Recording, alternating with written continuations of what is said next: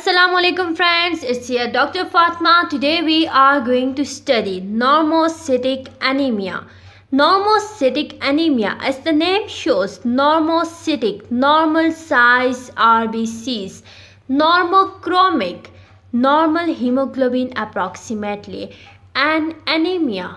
Anemia shows decreased number of the RBCs, decreased oxygen carrying capacity of the blood. For studying the causes, diagnosis, treatment, let's see what happens in the normocytic anemia. As we have said in the previous videos, that the process of erythropoiesis occur in the bone marrow. What happens in the bone marrow, that the myeloid progenitor cell proliferate and differentiate into the pro-erythroblast, early erythroblast, late erythroblast, and then into the reticulocyte. Reticulocyte stays for 1 to 2 days in the bone marrow. Reticulocyte have nucleus, it has hemoglobin, and then it shifts to the circulation where after 24 to 48 hours it differentiates into the mature RBC, and the lifespan of the mature RBC is 120 days. It happens that in the normocytic anemia, the lifespan of the RBC is decreased, that is, there is reduced survival of the RBC, also reduced iron from the bone marrow to the erythroblast. There is less amount of iron for the process of erythropoiesis, and the hormone needed for the process of erythropoiesis, that is erythropoietin, is decreased in the chronic kidney condition.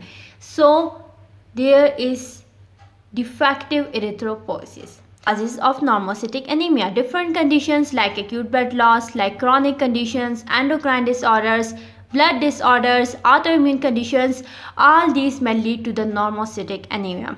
Acute blood loss may be external because of trauma, accident, any other condition, or internal because of surgical bleeding, because of hemorrhage, these conditions. Chronic diseases like the chronic kidney disease, heart failure, rheumatoid arthritis, systemic lupus erythematosus, endocrine disorders like hypopituitarism, hypothyroidism, and hypoadrenalism, and the blood disorders like aplastic anemia, hemolytic anemia. So many other conditions are also involved, but I have mentioned some of them over here.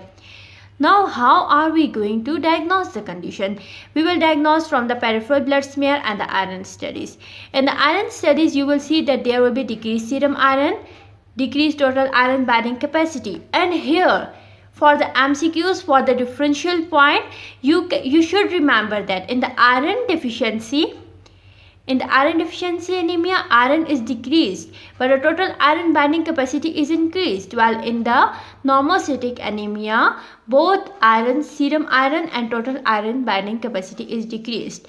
And the next is serum ferritin. Serum ferritin is normal here, but in the iron deficiency anemia, serum ferritin is decreased.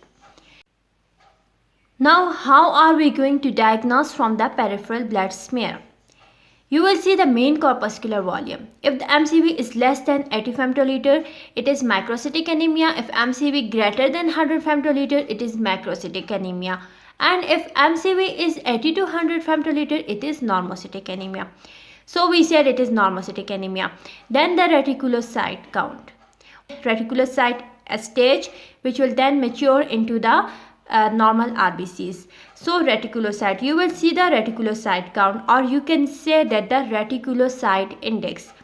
If it is less than 2% or 2.5%, you will say it is hyperproliferative, and if it is greater than 2.5% or 2%, you will say it is hyperproliferative. So the conditions associated with the hyperproliferative are leukemia, aplastic anemia, pure red cell aplasia, and the other bone marrow diseases. And in the hyperproliferative, hemorrhage, hemolytic anemia, hemoglobin defect like in the sickle cell, membrane defect like spherocytosis, enzyme defect like pyruvate kinase, and the G6PD. Okay, a patient come to the OPD, you diagnose that he is normocytic and he has normocytic anemia. You will identify the cause. What is the cause? Then you will diagnose, you will confirm, and then you will treat the patient. So in normocytic anemia, you are not going to give iron to the patient because patient will not respond to the iron therapy. Shots of the erythropoietin may be necessary to boost the RBC production, and the blood transfusions may be ordered to make sure your blood is delivering oxygen to keep your organs and other tissues healthy, and treat the underlying cause. Any cause that is associated with it, treat the cause. So we studied the normocytic anemia. Normocytic anemia, there is normal size RBCs, normal hemoglobin concentration approximately, and the decreased number of the RBC. Hemoglobin will be less, but not as that much less as in iron deficiency anemia. Then the causes are acute blood loss, chronic diseases, endocrine disorders, blood disorders, diagnosis from the peripheral blood smear, and the iron studies. Serum iron will decrease, total iron binding capacity is decreased, and the serum ferritin is normal because the iron stores are normal. Iron stores in the bone marrow are normal. Okay.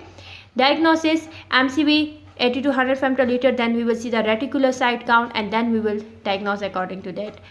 How you are going to treat the patient? You will do blood transfusions, but iron therapy will not be effective.